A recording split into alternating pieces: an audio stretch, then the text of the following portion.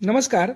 मी संदर्भ ग्रंथपाल प्रसाद भडसावळे आज आपल्यासमोर बाल सौदामिनी ही बोधकथा सादर करत आहे. पश्चिम बंगालमधील पुरुलिया या छोट्या गावातील शाळेत जाणाऱ्या चुणचुणीत बीना कालिंदीला आईच्या आजारपणामुळं घर कामाबरोबरच मोलमजुरीही करावी लागे. तिला मोठं होऊन स्वतःच्या पायावर उभं राहायचं होतं. त्यामुळे कष्ट सोसूनही ती मन लावून अभ्यास करत असे.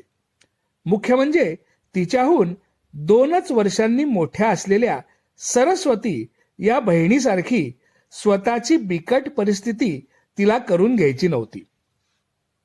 गावातील प्रथेनुसार सरस्वतीचं लग्न 12व्या वर्षीच झालं. सासरच्या छळामुळे 2 वर्षातच म्हणजेच 16व्या वर्षी ती माहेरी परतली. अशातच वडिलांनी तिचं दुसरं लग्न लावून दिलं. बालवयातच सरस्वतीच्या शरीरावर मनावर होत असलेले अत्याचार पाहून बीना अस्वस्थ होई. त्यातच ती सुद्धा 12 वर्षांची झाल्यानं वडिलांनी स्थळं पाहायला सुरुवात केली.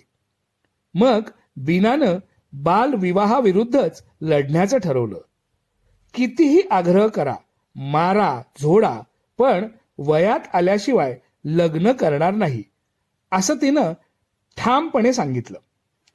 प्रथेविरुद्ध वागणाऱ्या मुलीला घराबाहेर हो असा दम दिल्यावर तिनं त्याचीही तयारी दाखवली. अखेर वडिलांनीच नमतं घेतलं. त्यामुळं 12व्या वर्षीच लग्न होणाऱ्या मुलींच्या गावात 14 वर्षांची बीना घोड नवरी ठरली. तिनं ही लढाई स्वतःपुरती मर्यादित ठेवली नाही. मैत्रिणींसमवेत तिनं आजूबाजूच्या गावकऱ्यांनाही बालविवाहाचे दुष्परिणाम पटवून सांगितले. गुडघ्या एवढ्या पोरी आम्हाला काय शिकवणार असं म्हणत गावकरी तिला हाकलून लावत. मात्र बीनानं जिद्द सोडली नाही. हळूहळू जागृती होऊ लागली आणि युनिसेफ सारख्या संस्थांकडून बीनाच्या कामाची दखल घेतली गेली.